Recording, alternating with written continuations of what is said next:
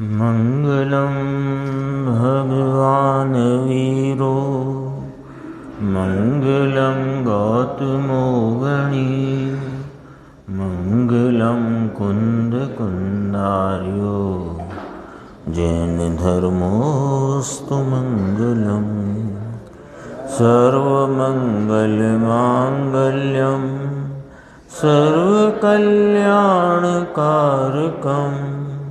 प्रधानम सर्वधर्माणां जैनम जयतुशासनम।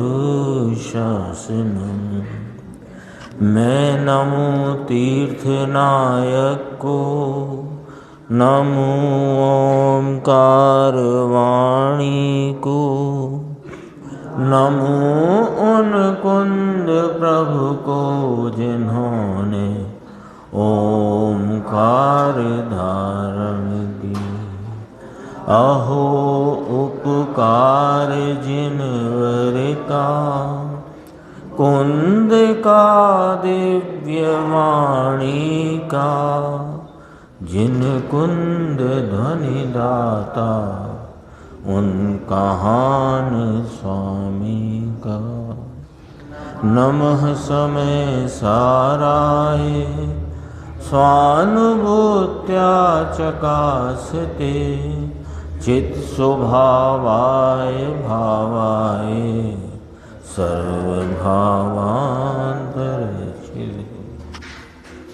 समय सार जी परमागम में 47 शक्तियों का जो अधिकार चल रहा है, उसमें पूज्य गुरुदेव श्री के 1977 के व्याख्यान से ये अपन सुनते हुए उसकी स्वाध्याय अपनी चलती है।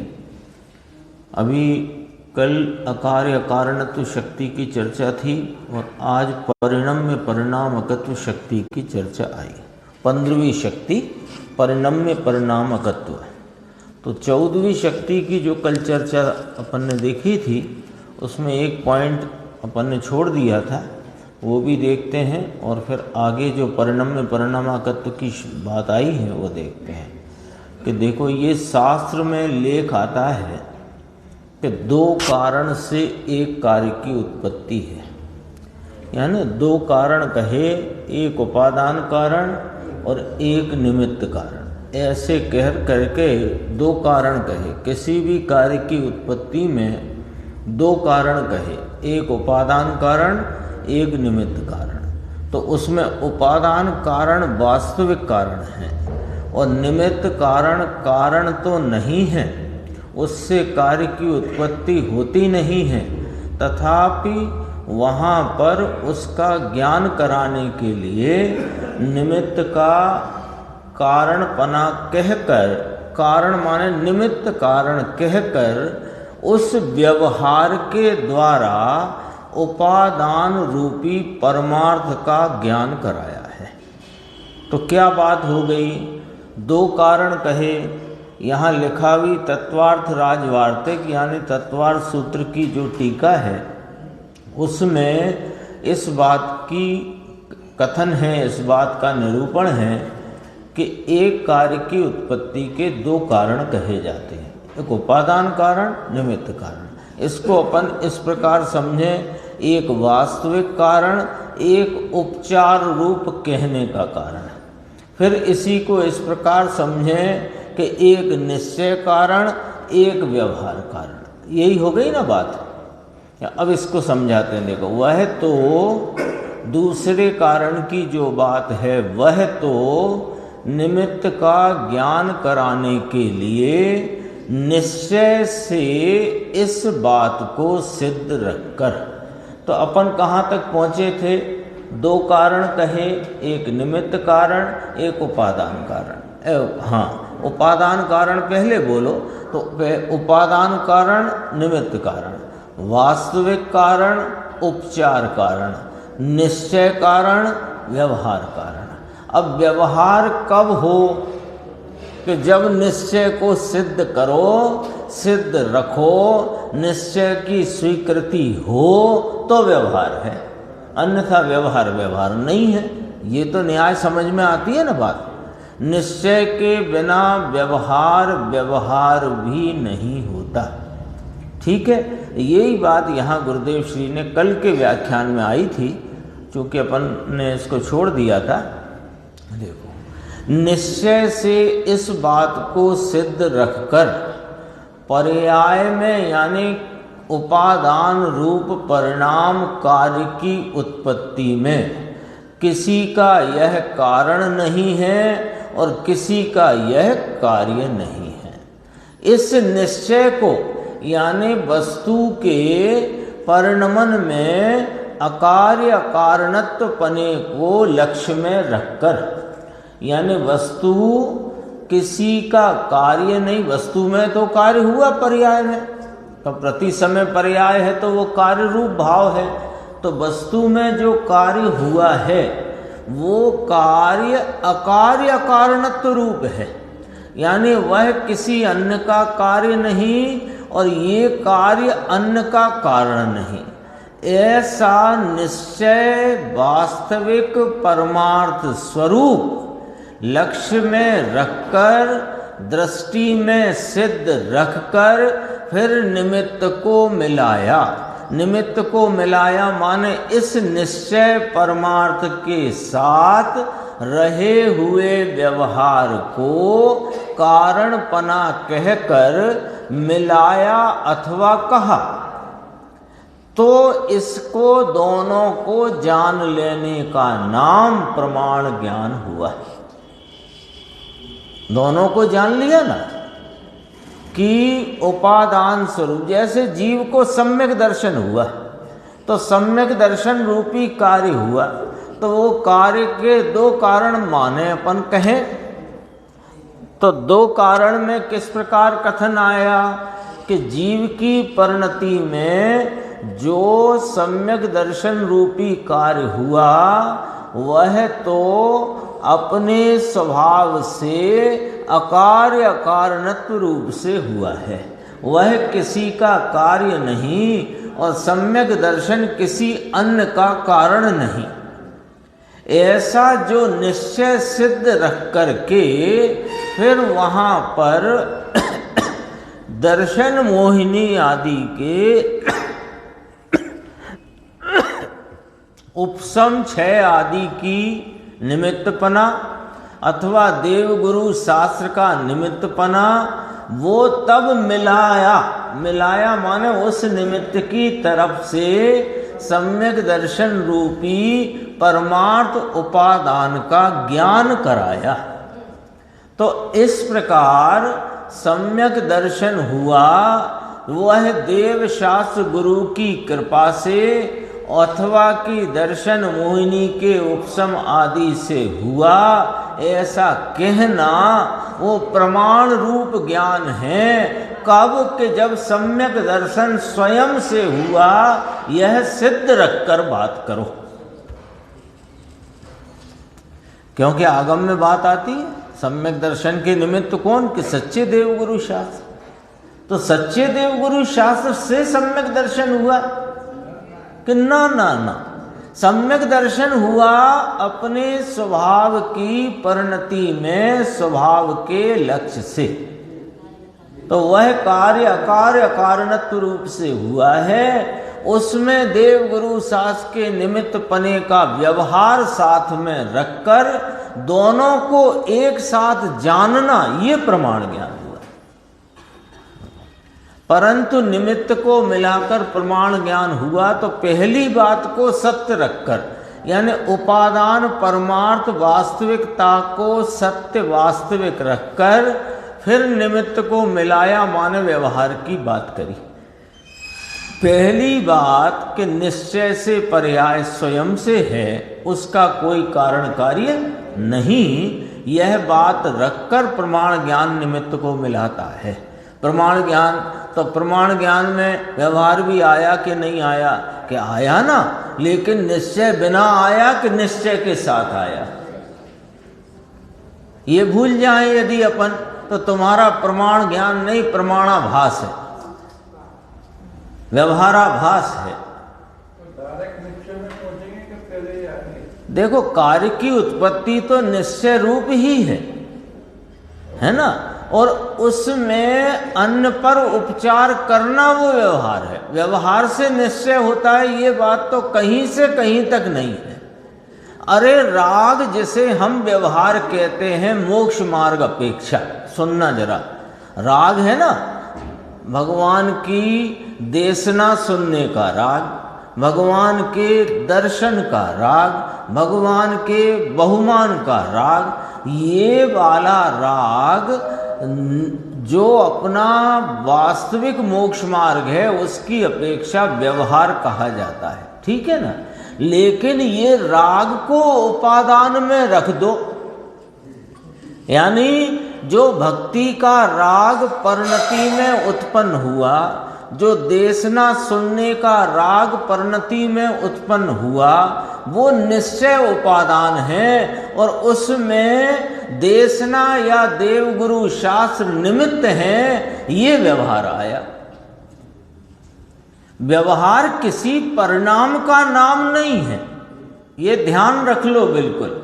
ये तो एक शैली और परिपाटी इस प्रकार की मोक्ष मार्ग के निरूपण में आ गई है कि मोक्ष मार्गी को स्वरूप आराधना के साथ रहने वाला जो कमजोरी से शुभ राग इत्यादि का भाव है उसे व्यवहार कहते हैं। वास्तव में राग का नाम व्यवहार नहीं है। व्यवहार तो ज्ञान के अंश को कहते हैं।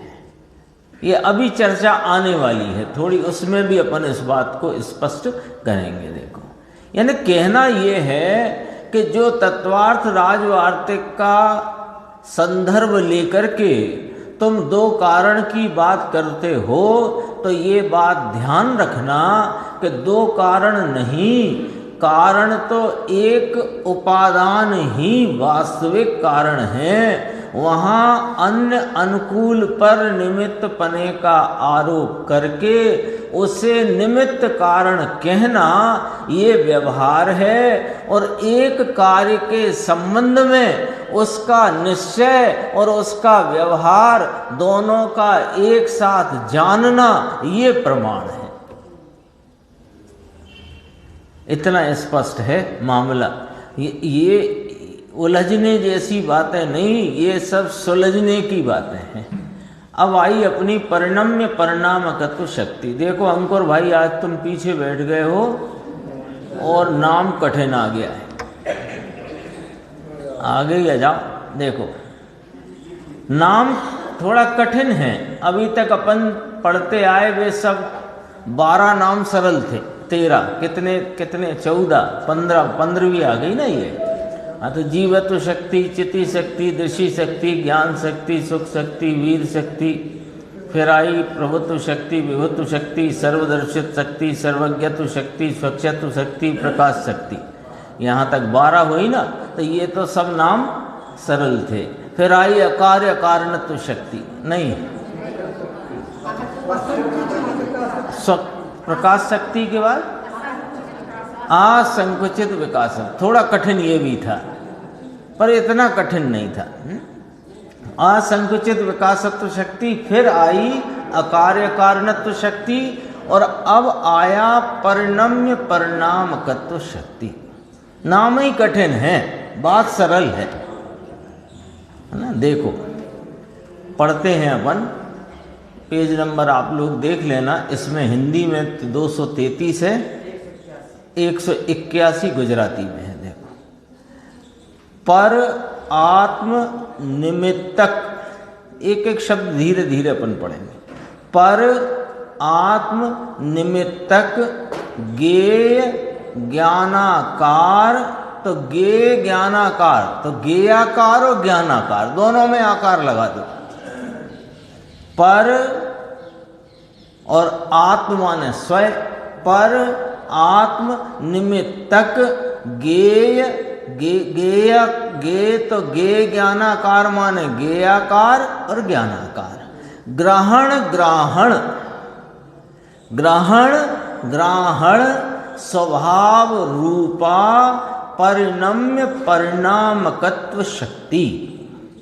ये आचार्य भगवान ने संस्कृत में कहा। इसका हिंदी देखो, पर और स्वयं जिनके निमित्त हैं ऐसे गेयाकारों तथा ज्ञानाकारों को, बस यहाँ रुक जाओ, पर पूरा लोकालोक, स्वयं अपना चैतन्य वस्तु आत्मा, तो पर और स्वयं निमित्त हैं किनके?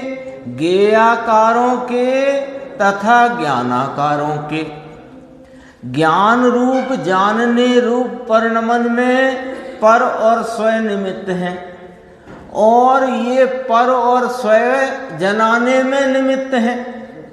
तो गेयाकारों के और ज्ञानाकारों के निमित्त कौन है? समझ गए ना? गेयाकार ज्ञानाकार कठिन नहीं है। दर्पण है ना, तो दर्पण की स्वच्छता के परिणमन में जो कुछ भी प्रतिबिंबन का परिणमन हुआ, कार्य हुआ प्रतिबिंबन का, तो उसमें कौन निमित्त है? वे सामने के बिंब है ना। तो सामने का बिंब दर्पण में झलका है कि बिंब के अनुरूप यहाँ पर उपजी हुई अवस्था परिणमी है, झलकी है, तो उस अवस्था में वे निमित्त हैं। पर इतना ही यहाँ कहना है, स्वयं और पर जिनके निमित्त हैं ऐसे गेयाकार तथा ज्ञानाकार, दो हो गए।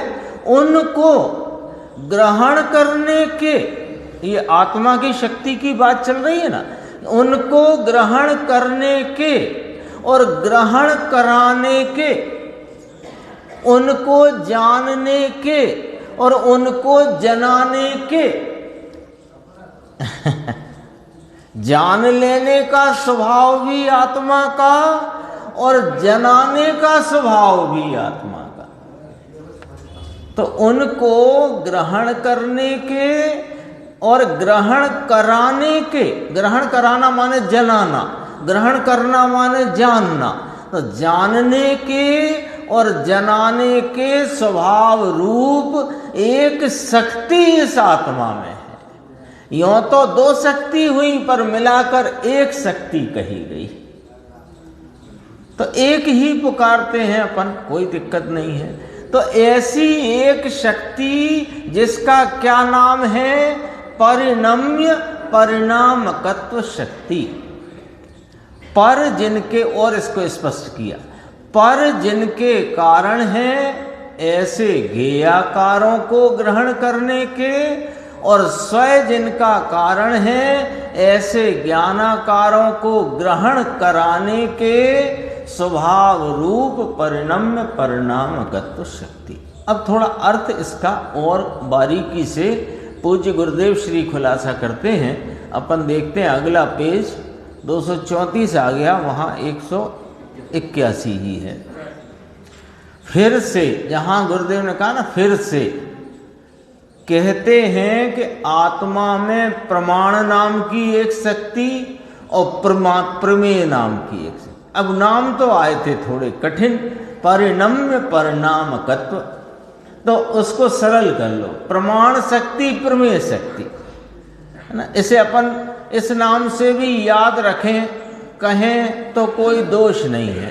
प्रमाण प्रमेयत्व शक्ति, कोई दोष नहीं है ना। कठिन लगे ना याद रखने में, परिणम्य परिणामकत्व, तो कोई कठिनाई नहीं है। प्रमाण प्रमेयत्व शक्ति, तो देखो आत्मा में प्रमाण नाम की एक शक्ति और प्रमेय नाम की शक्ति, दो मिलकर एक शक्ति, प्रमाण और प्रमेय। परिणम्य वह प्रमाण को कहा, परिणामकत्व वह प्रमेय को कहा। दो शब्द है ना, परिणम्य परिणामकत्व। एक जगह तो गुरुदेव ने, एक ने पूछा कि साहब समझ में नहीं आया, उनका धीरे धीरे तो लेते हैं, एक बार, दो बार, तीन बार, चार बार बात करते हैं, है ना।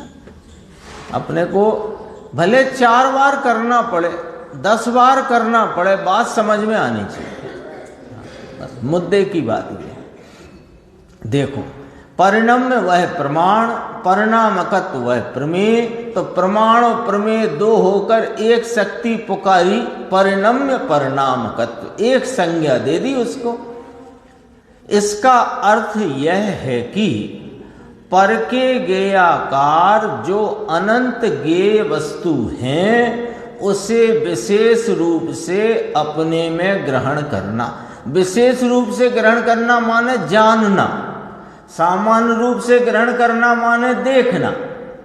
आता है ना दर्शन और ज्ञान। तो ये जानने को इस प्रकार कहा कि विशेष रूप से अपने में ग्रहण करना। तो ग्रहण करना माने क्या राकेश भाई? जानना। तो जानना माने प्रमाण और जनाना माने प्रमेय। ऐसी प्रमाण नाम की शक्ति है। अपने प्रमाण में यानी अपने जानने में पर वस्तु उनके ज्ञेयाकार का यहाँ ज्ञान हो, वह ज्ञान ज्ञेयाकार का कार्य नहीं है। वो ज्ञेयाकार का ज्ञान यहाँ अपने स्वभाव में हो तो शक्ति किसकी गिनी जाएगी कि मेरी?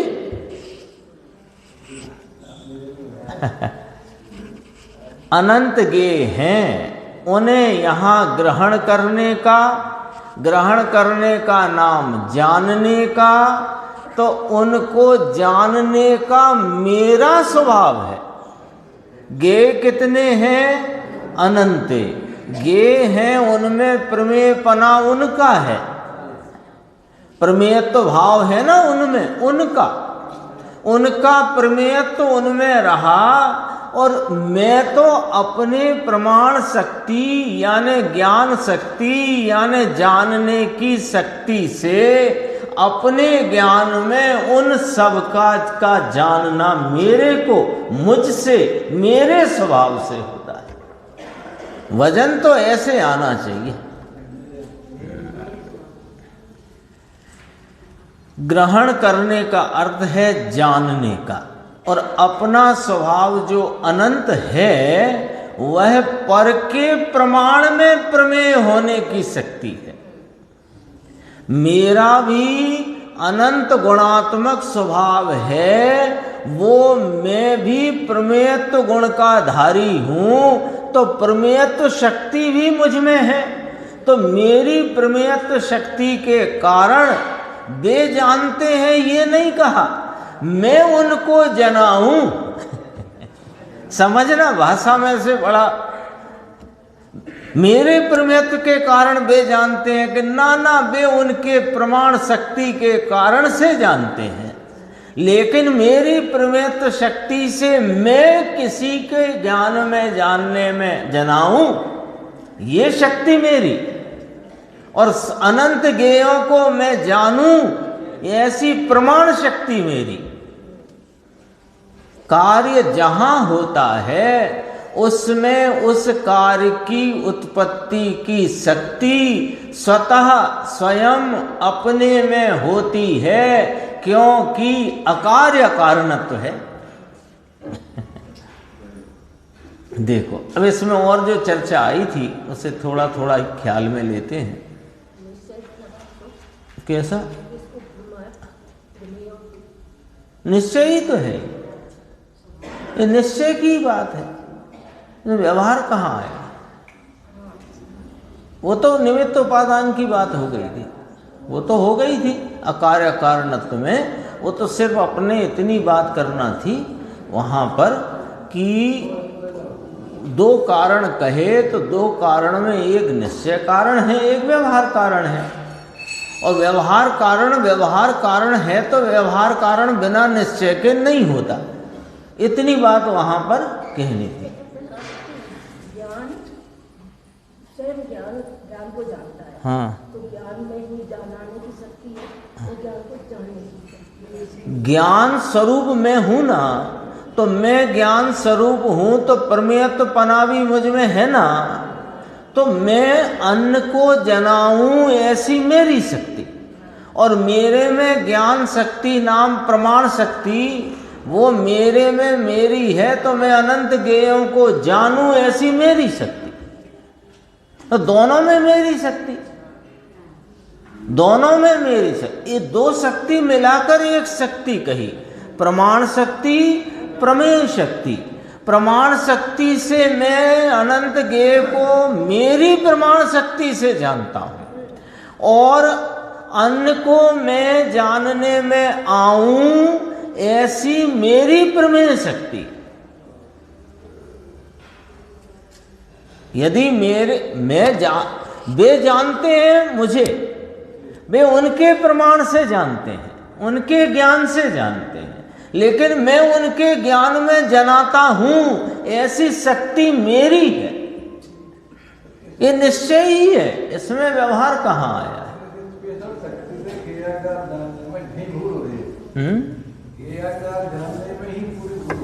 हाँ, ज्ञेयाकार जो जानने में आए हैं वे मैं अपने ज्ञान से जानता हूं।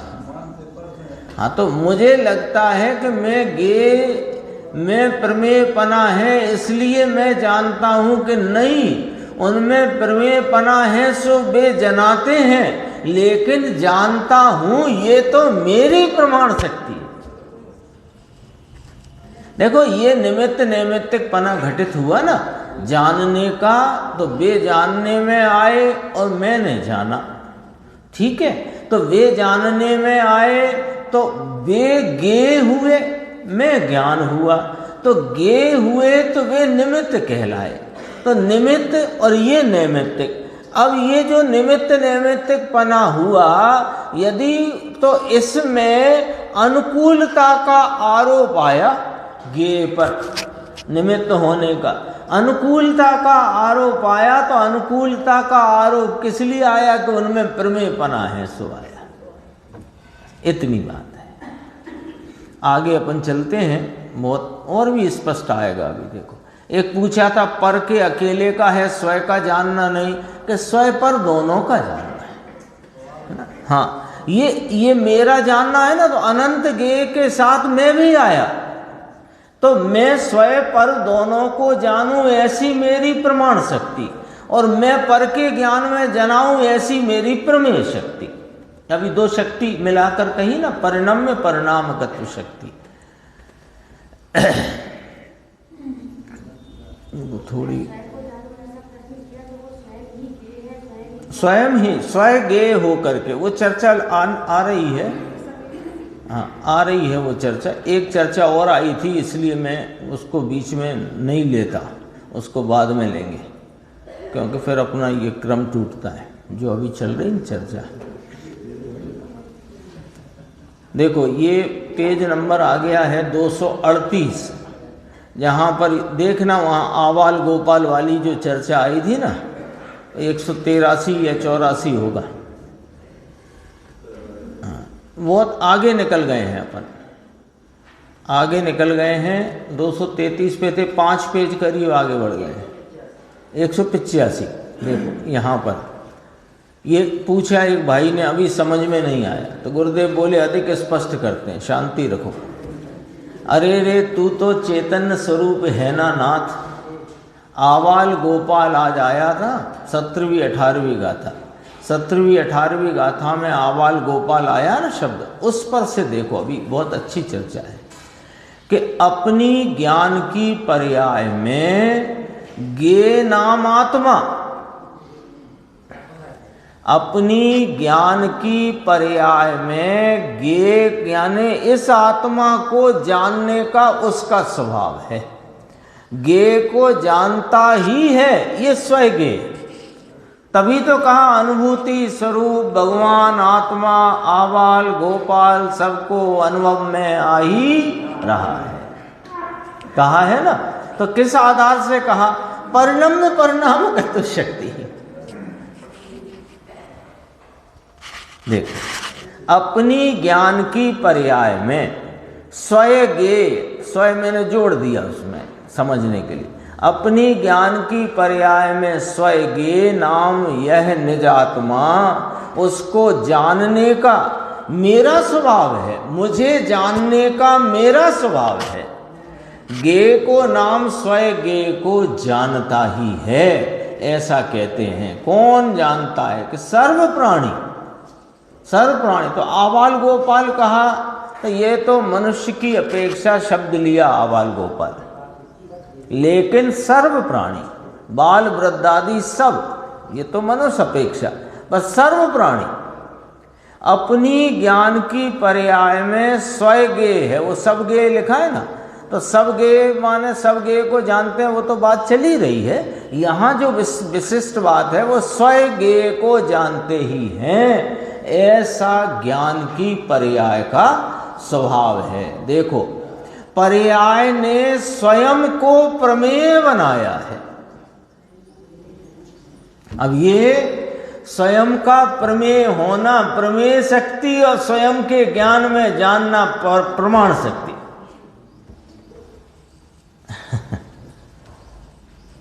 आपको जानते हो कि नहीं जानते? जानते हो ना। एक अभी मोटी मोटी बात, अभी तो ये भले पर है, असमान जाति द्रव्य पर्याय है, पर इसे अपन जरा समझने में इसे स्वयं कहो और यशवंत भाई, राकेश भाई, निर्देश भाई इन्हें पर कहो समझने के लिए। तो आप जब इन्हें जानते हो तब अपने को जानते हो कि नहीं जानते? कि अपने को भूल कर इन्हें जानते हो? ये पॉइंट पकड़ना है सिर्फ उदाहरण में। ये मैंने इसे स्वयं कहा, इसे स्वयं कहा, ये तो असमान जाति द्रव्य पर्याय है, इसको स्वयं कहा समझने के लिए। और राकेश भाई, यशवंत भाई, निर्देश भाई और अपन सब जो यहाँ बैठे हैं, इन सब को जानते हुए आप अपने को जानते हो कि नहीं जानते हो? कि नहीं जानते? कि नहीं, जब हम पर को जानते हैं, आपको जानते हैं, तो हम अपने को भूल जाते हैं। बोलो, ये उदाहरण है, अभी तो उदाहरण है। तो अपने को जानते, सबको जानते हो ना, तो अपने को जानने में स्वयं प्रमेय होते हो कि नहीं होते हो? और स्वयं जानते हुए प्रमाण शक्ति है ना, ज्ञान रूप होते हो कि नहीं होते हो? तो बस परिणम्य परिणामकत्व शक्ति, ये स्वयं को प्रमेय बनाया, स्वयं को गे बनाया, तो स्वयं प्रमेय बना प्रमेयत्व के कारण, और स्वयं ज्ञान में आया ज्ञानत्व के कारण। दो भाव अलग अलग हैं कि नहीं? और उसको एक शक्ति में यहाँ घटित करके आचार्य परमात्मा कहते हैं, स्वयं को प्रमेय बनाया और स्वयं को प्रमाण बनाया, और पर को ग्रहण करने में प्रमाण कहलाता है, और स्वयं भी प्रमाण, स्वयं के लिए स्वयं प्रमाण, स्वयं के लिए स्वयं प्रमेय। ये न समझना, देखो पढ़ते समय ऐसा लगता है, जब अपन पढ़ते हैं पेज नंबर ना भूल जाऊंगे, हाँ देखो 233 पे आए ना, यहाँ ऐसा लगता है नीचे ब्रैकेट में, पर जिनके कारण है ऐसे ज्ञेयाकारों को ग्रहण करने, और स्वयं जिनका कारण है ऐसे ज्ञानाकारों को ग्रहण कराने के। तो ऐसा लगता है कि स्वयं को जाना जाता है, पर को जाना जाता है। तो वहां समझना है बारीकी से, भाषा की मजबूरी हो जाती है, भाषा की अब इतना थोड़ी जितनी अपन ने चर्चा करी वो सब इसमें लिख दी जाएगी। तो लेकिन अपन पढ़ करके इस प्रकार की संदेह में नहीं पड़ जाना कि पर को जानने का मेरा स्वभाव है और स्वयं को जनाने का स्वभाव नहीं। स्वयं पर को जानने का मेरा स्वभाव है और मैं पर के ज्ञान में जनाऊं, ऐसा प्रमेयपना मेरा स्वभाव है। वहीं चलते हैं वापस। एक चर्चा आई थी, केवल ज्ञान की भी चर्चा आई थी, है ना, उसको भी थोड़ा ध्यान देंगे अपन। ये हो गया कि पर को ग्रहण किया, ये प्रमाण बनाया, सूक्ष्म बात है। यहाँ प्रमेय शक्ति प्रमाण शक्ति दो को भिन्न न लिया, दो होकर एक ली है कि भगवान तुझ में एक परिणम्य परिणामकत्व नाम का गुण है। गुण कहो, शक्ति कहो, सत कहो, भगवान, भगवान माने आत्मा, इसका सत्व नाम कस कहो, माल कहो। है ना। ये चर्चा आई, इसमें जो बीच में चर्चा आई थी वो अपन अभी ध्यान देते हैं, 2 मिनट की है, कि ये केवल ज्ञान का एक प्रकरण लिया था गुरुदेव ने, इसको अपन वैसे ही समझ लेते हैं पूरा ना पढ़ के, कि केवल ज्ञान में सब कुछ जानते हैं कि नहीं जानते। अभी अपन ने सर्वज्ञत्व शक्ति पढ़ी थी 10वें नंबर की, है ना। तो उसमें आया था कि विश्व के वो क्या विशेष आकारों को जानने रूप आत्म ज्ञान मय पनी या आत्मय पने सर्वज्ञत्व शक्ति, है ना। वो नाम शब्द मैं भूल गया, आत्मज्ञानमयी, अब आ गया, आत्मज्ञानमयी सर्वज्ञत्व शक्ति आया था ना। तो अब केवल ज्ञान में जो लोकालोक जानने में आया, उसमें आत्मा भी जानने में आ रहा है कि नहीं, कि खरेखर तो आत्मा ही जानने में आ रहा है और उसमें लोकालोक जानने में आ जाता है। ठीक है, इसको अपन कहेंगे प्रमाण शक्ति का परिपूर्ण भाव, प्रमाण शक्ति का परिपूर्ण। अब अपना केवल ज्ञान अन्य के केवल ज्ञान में जना रहा है कि नहीं, तो ये प्रमेयत्व। दूसरे को जनाया ना, दूसरे को जनाया, तो यहां तो पूरा पूरा ले लो, अपना परिणम्य परिणामकत्व शक्ति का परिपूर्ण भाव ले लो। तो परिपूर्ण भाव में अपने आत्मज्ञानमयी केवल ज्ञान में लोकालोक को जानने का और अपने केवल ज्ञान को अन्य के केवल ज्ञान में जनाने का मेरा स्वभाव है। ये प्रमाण शक्ति, प्रमेय शक्ति। एक चर्चा आई थी गुरुदेव की कि संक्षेप में ले लेते हैं, पेज 237 है, वापस आ गए अपन, जहाँ चल रहे थे उससे थोड़ा वापस आ गए। एक चर्चा है, वो ख्याल में रखना चाहिए, बराबर ध्यान में अपने ख्याल में होनी चाहिए, इसलिए कि किसी ने ऐसा गुरुदेव को फरमाया कि जब तक मिथ्या दृष्टि है तब तक तो मूर्ति की पूजा है, और सम्यक दर्शन होने के बाद मूर्ति की पूजा नहीं होती, ऐसा किसी ने कहा।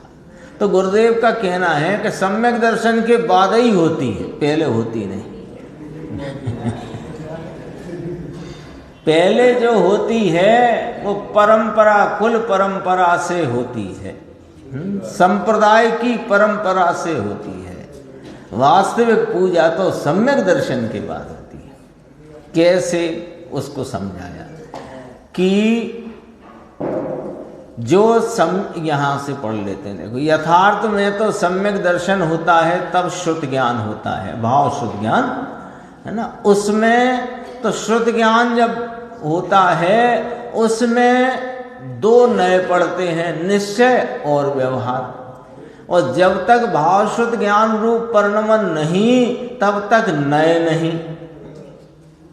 और मूर्ति पूजा जो है वो व्यवहार का विषय है।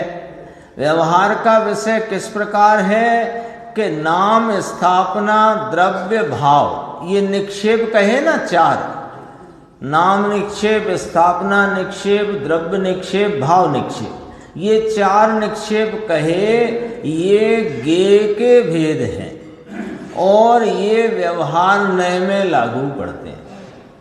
ये किसके भेद हैं? गे के भेद हैं, है ना। नाम, स्थापना, द्रव्य, भाव, वे गे के भेद हैं और ये व्यवहार नए के विषय होते हैं, व्यवहार नए में लागू पड़ते हैं। और व्यवहार किसको लागू पड़ता है? जिसे निश्चय प्रगटा है उसे। तो सम्यक दर्शन होने के बाद, यानी सम्यक दर्शन होने के साथ जो भाव शुद्ध ज्ञान का परिणमन हुआ है, वहां निश्चय व्यवहार उत्पन्न हुआ है। और वास्तव में तो अब पूजा का असली हकदार तो खरेखर सम्यक दृष्टि है। हाँ, उसको भी लिया देखो यहाँ पर। वास्तव में तो भगवान की प्रतिमा वह, ये नीचे ये भी पढ़ लेते हैं देखो। वास्तव में तो सम्यक, ये थोड़ा नीला नीला सा दिख रहा है उसमें, वास्तव में तो सम्यक दर्शन के पश्चात ही व्यवहार नय होता है, और व्यवहार नय में ये पूजनीय वस्तु है वह निमित्त पड़ती है। तो वास्तव में तो सम्यक दर्शन होने के पश्चात पूजने का भाव आता है, उसे व्यवहार कहते हैं। बोलो।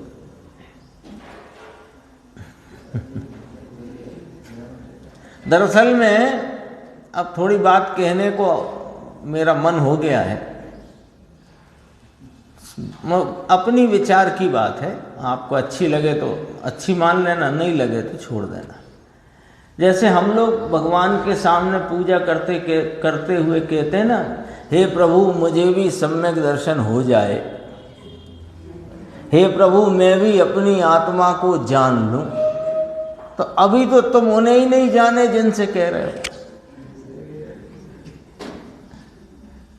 वास्तव में पूजा जो लिखी जाती है ना, भले वो पढ़ने वाला अज्ञानी हो कदाचित, लेकिन लिखने वाले को तो इस प्रकार ही लिखना चाहिए कि हे प्रभु आपके दर्शन से मुझे शुद्धात्मा का भान हुआ है, मुझे आपके दर्शन से श्रद्धान हुआ है और मैं आपके चरणों में आया। अब ये अपना विचार है, जिसको अच्छा लगे समझ लेना, नहीं लगे छोड़ देना। क्यों? क्योंकि जिसकी पूजा करने आए हो उसे पहचानते हो, ये निक्षेप तो रखो, भले अभी नहीं पहचान हुई हो, इतना निक्षेप तो रखो। देखो अपन आते हैं, ये तो गुरुदेव कहते हैं इसमें आ गए इसलिए हम मान लेंगे, ऐसा नहीं है। यहाँ तो हमें जचे तो मानते हैं। देखो वास्तव में तो भगवान की प्रतिमा वह ज्ञेय का भेद है। नाम निक्षेप, स्थापना निक्षेप, द्रव्य निक्षेप, भाव निक्षेप, ये ज्ञेय के भेद हैं। तब नए श्रुत ज्ञान का भेद है। श्रुत ज्ञान के भेद में निश्चय और व्यवहार आते हैं। व्यवहार ने से निक्षेप, भगवान की प्रतिमा पूजनीय है, ऐसा सच्चा व्यवहार समकिति को ही आता है भले शुभ भाव, है बाधक भाव, पर आता है। समझ में आया? अपन चलते हैं अपनी ज्ञान गोष्ठी वाले विषय में। इसकी थोड़ी चर्चा अब कल को भी अपने को मिलेगी, परिणम्य परिणामकत्व की। वैसे तो स्पष्ट ही हो गया, सरल है वो। नाम कठिन है, क्यों अंकुर भाई? गलत तो नहीं कहा था? नाम कठिन है, भाव तो सरल है। देखो 288, शास्त्र द्वारा मन से आत्मा जाना हो तो उसमें आत्मज्ञान हुआ कि नहीं, ये प्रश्न किया है। शास्त्र में कहा आत्मा चैतन्य स्वरूप, सुख स्वरूप, ज्ञानानंद रूप आत्मा है। वह आत्मा को शास्त्र के द्वारा जानकर मन की विचार दशा में, मन के विचार में इस प्रकार स्वीकार किया, मैं ज्ञानानंद स्वरूपी चैतन्य तत्व हूँ जिसमें रागादि विकार का प्रवेश ही नहीं। ऐसा जो हमने जाना तो ये आत्मज्ञान हुआ कि नहीं हुआ, ये पूछा है। तो उत्तर है कि भैया यह तो शब्द ज्ञान हुआ। तो यहाँ इतने में समझना क्या है कि अभी हमने पढ़े बिना या पढ़ लिया है या सुन लिया है। अब हमारा इंद्रियों के द्वारा तो उपयोग नहीं प्रवर्तता। मान लो आंखें बंद हैं, कान में भी उस प्रकार का शब्द का उसका गोचर नहीं हो रहा है, आदि इत्यादि सब समझ लेना। लेकिन मन के अवलंबन से जो शुद्धात्म तत्व के प्रति का जैसा स्वरूप है वैसा ही विचार चलता है, वो भी शब्द ज्ञान ही है। मन का अवलंबन है ना, तो अभी शब्द ज्ञान है उसका नाम। मैं शुद्ध ज्ञायक एक चिदानंद विज्ञान घन टंकोद कीर्ण ध्रुव परमात्म तत्व हूँ, पंचम परम पारिणामिक भाव स्वरूप हूँ, ये तो मैंने बोला। ऐसा बिना बोले ही मन के अवलंबन से विचार श्रेणी में इस प्रकार का आत्मा के संबंध में विचार हो, वो शब्द ज्ञान है ना। इसमें आत्मा जानने में नहीं आया है। आत्मा तो आत्मा से जाना जाता है, मन से नहीं। आता है ना वो बनारसी दास जी का, मन पावे विश्राम। तो हाँ, भूल गया मैं, आगे की पंक्ति क्या है? वस्तु विचारत ध्यावते मन पावे विश्राम, रस स्वादत सुख उपजे अनुभव या को नाम। ये है। तो मन से आत्मा नहीं जानने में आता। ये बात अलिंग ग्रहण के बोल में आ गई, जो 2-3 दिन पहले अपन ने 6 बोलों की चर्चा अपनी आई थी। देखो, शुद्ध उपादान से हुए ज्ञान में साथ में आनंद आता है, ये इसकी पहचान है। आत्मा को जानने की पहचान कि उसमें शुद्ध उपादान माने जब आत्मा को सीधा अपने उपयोग में जानता परिणमता है, तो वहाँ नियम से साथ में अतीन्द्रिय आनंद का वेदन होता है। किंतु अशुद्ध उपादान से हुए ज्ञान में साथ में आनंद नहीं आता। ये अशुद्ध उपादान कौन है? कि ये मन आदि के अवलंबन से जो विचार दशा में आत्मा का शब्द ज्ञान रूप जानना है, ये अशुद्ध उपादान है। इसमें आनंद नहीं आता, इसमें राग उत्पन्न होता है। ये राग उत्पन्न होता है। देखो, आनंद है वो निर्मल भाव है, ये सूत्र याद कर लेना। आनंद है वो निर्मल भाव है। और राग कितना ही मंद हो, मंद से मंद हो, वो मलिन भाव है। मंद से मंद राग भी मलिन भाव है और आनंद निर्मल भाव है। ये आनंद को पहचानने का एक तरीका ये भी है कि जब स्वरूप का आलम्बन लेते परिणति में जो आनंद की उत्पत्ति हुई वो अपूर्व है, ये तो कहते ही है, तो अपूर्व है और निर्मल है, उसमें मलिनता का अंश भी नहीं होता है। राग मलिन भाव है। तो कहते हैं ज्ञान में अशुद्ध उपादान से हुए ज्ञान में साथ में आनंद नहीं आता, और आनंद आए बिना आत्मा वास्तव में जानने में नहीं आता। अगला प्रश्न है, देखो 289। शास्त्र द्वारा आत्मा को जाना और बाद में परिणाम आत्मा में मग्न हुए, तो इन दोनों में आत्मा के जानने में क्या अंतर है? अनंत गुणा अंतर है। प्रश्न समझ गए ना? शास्त्र द्वारा आत्मा को जाना, आत्मा ऐसा है, ऐसा है, ऐसा है, ऐसा है, ऐसा है।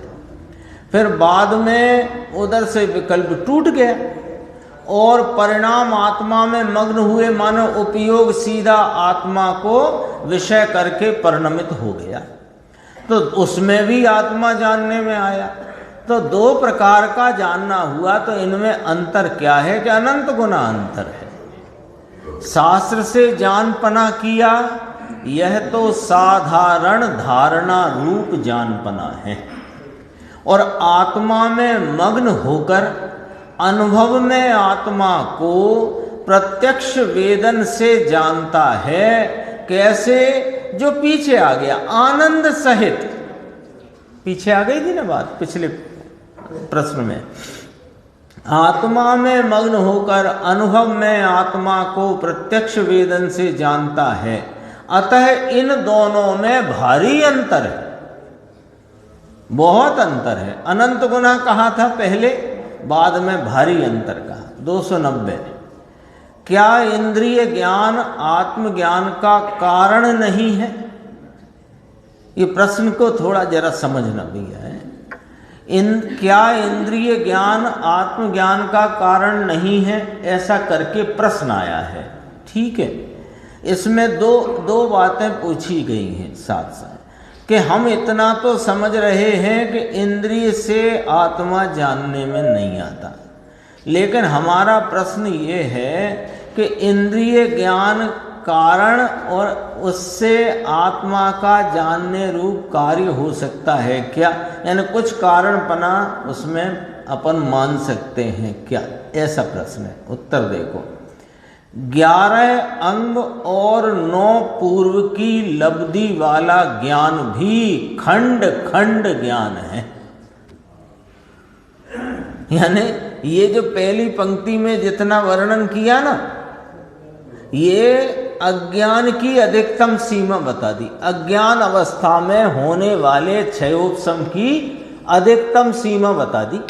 11 अंग 9 पूर्व की लब्धि वाला, और ये पढ़ने से होता नहीं, ये लब्धि से प्रकट हो जाता है। 11 अंग और 9 पूर्व की लब्धि वाला ज्ञान भी खंड खंड ज्ञान है, आत्मा का ज्ञान नहीं है। आत्मा अतीन्द्रिय ज्ञानमय है, इंद्रिय ज्ञान वह आत्मा नहीं। पहली पंक्ति में कहा आत्मा अतीन्द्रिय ज्ञानमय है, तो आत्मा स्वभाव से अतीन्द्रिय ज्ञान स्वरूप ही है और अतीन्द्रिय ज्ञान से जानने में आए ऐसे स्वरूप वाला है। दोनों बातें आ गई।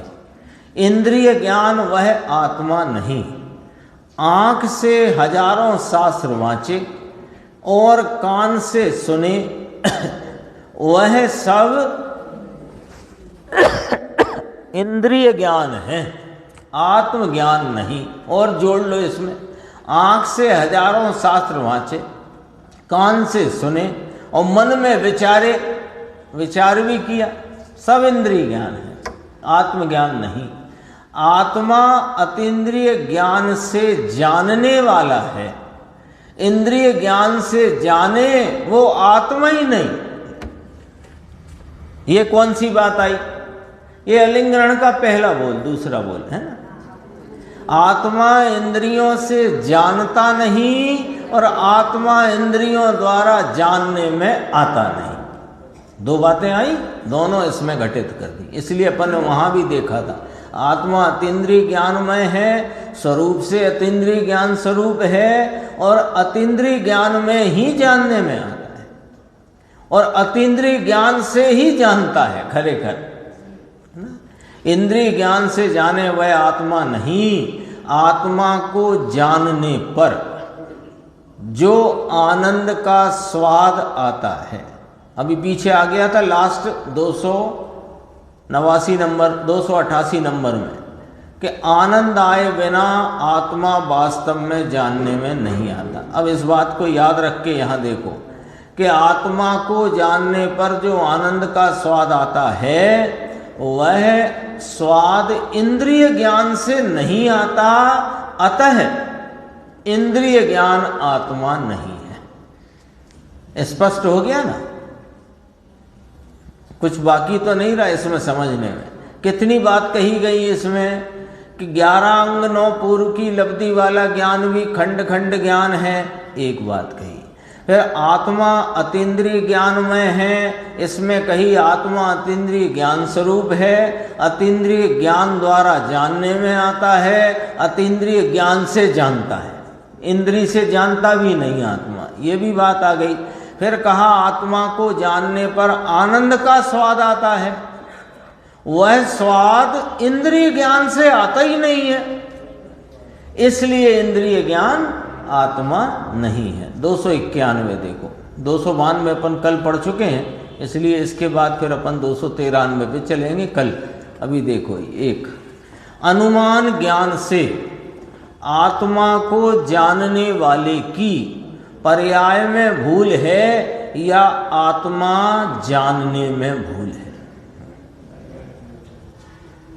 अनुमान ज्ञान से आत्मा को जानना, इसमें पर्याय की भूल है या आत्मा जानने में भूल है? देखो उत्तर, अनुमान ज्ञान वाले ने आत्मा को यथार्थ जाना ही नहीं है, अतः आत्मा के जानने में भूल है।